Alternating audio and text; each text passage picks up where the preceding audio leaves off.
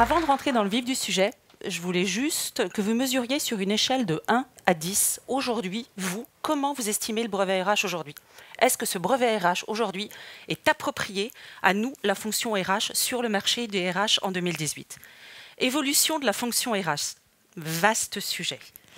C'est un sujet qui part de l'âge de pierre avec l'utilisation du feu jusqu'à la 4e révolution industrielle et bien sûr l'utilisation des outils aujourd'hui technologiques et disruptifs.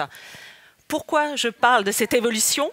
Vous avez cette image qui me fait sourire, mais elle est tellement réaliste aujourd'hui. On a aujourd'hui nos outils, on ne changera pas, on aura des difficultés à passer, nous RH, à d'autres outils. Et pourquoi? Eh bien, tout simplement, je vais le faire sur les 20 dernières années ou sur 20 ans. Et je vais démarrer à 1980. Pourquoi 1980? Parce qu'à cette époque, on était purement sur la gestion administrative du personnel. Tout le monde doit se rappeler un petit peu de la timbreuse manuelle où on arrivait, on avait les fiches et puis on relevait les codes. Et bien aujourd'hui, tout ça a évolué. On est passé en 1990 à une évolution du potentiel des RH et on est plus maintenant sur de la gestion des ressources humaines, de la gestion de l'humain. On en est revenu aujourd'hui aux ressources et à l'humain en direct. 2000, le métier évolue. On commence à avoir de la tech qui arrive, de la technologie. Et qu'est-ce qui se passe en 2000? Eh bien, on évolue sur une stratégie. On parle de stratégie de gestion des compétences. Enfin, on y arrive. On n'est plus sur du hard skills, on arrive sur des soft skills. 2018, la technologie arrive. On arrive sur les outils. On arrive sur de l'implémentation, sur de l'agilité et bien sûr sur tout ce qui est plateforme digitale, outils digitaux, disruption de nos modèles existants. 2020, quand on a utilisé les outils, mais qu'est-ce qui se passe? On y est, c'est aujourd'hui, c'est à l'instant, et qu'est-ce qu'on fait? Eh bien, nous, les RH, on doit être créateurs de valeur. On doit aujourd'hui être source d'accélération de l'innovation au sein de nos sociétés. Et qui mieux que nous, les RH, pour pouvoir le faire? L'innovation est donc en marche. Et comment l'innovation est en marche dans les sociétés? Eh bien, tout simplement, aujourd'hui, par différents stades, différents processus, on va apporter de la technologie au quotidien et on va commencer par la première qui est toute simple. On est passé en mode cloud. C'est fini maintenant. On n'a plus notre petit tableau Excel, notre petit ordinateur où on a tout dessus. On est sur le cloud. On va utiliser des chatbots et non, ce n'est pas un gros mot. De l'intelligence artificielle, tout le monde en parle en ce moment. Et bien sûr, le dernier, je ne suis pas allée assez vite, qui était la blockchain. Et pour ça, ce sont les startups qui nous permettent de réinventer notre business model, qui nous permettent aujourd'hui de réinventer le monde et la sphère des RH. Et pour pouvoir les réinventer, eh bien, ils vont arriver sur 4 grosses thématiques.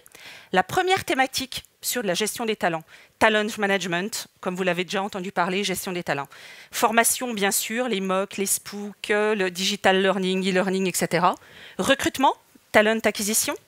Et enfin, en dernier, je l'ai passé, tant pis, c'était la qualité de vie au travail. Profil du RH à l'horizon 2025. Alors, on a vu ce qu'on a fait jusqu'à présent, mais 2025, ben c'est là, c'est demain, la porte, elle est ouverte. Et on va encore d'autant plus évoluer, puisqu'on va travailler sur... On va être amené à faire de l'activiste, et je vous en discuterai peut-être avec vous tout à l'heure, de l'agilité de plus en plus dans les structures. On va devoir être communicant, on va devoir aller vers nos employés, on ne va plus rester dans notre petite tour d'ivoire et ne plus rester dans notre zone de confort, et on va avancer. Et pour ça, je vais vous donner un petit peu les thématiques. Activiste RH, c'est quoi? Eh bien, c'est avant tout un créateur de valeur, un accélérateur d'innovation au sein de la structure. C'est vous qui allez le mettre en place, c'est vous qui allez prendre le lead pour pouvoir mettre l'innovation.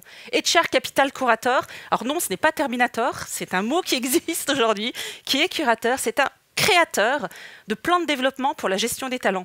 Aux États-Unis, ce métier a le vent en poupe en ce moment. Alors, on est loin de la gestion du personnel et de la gestion administrative. Le HR analytique, vous en avez déjà entendu parler, dans le sens où le HR analytique est une personne qui va être capable d'analyser de la donnée brute, pour pouvoir la retransmettre après à l'entreprise et au directeur pour pouvoir l'exploiter. Et enfin, le HR sourcing spécialiste, on en a un dans la salle et il vous en parlera peut-être tout à l'heure, qui va être capable de recruter différemment. Le recrutement avec le CV papier, le CV manuel, où on demande encore le cachet de la poste faisant foi, c'est terminé.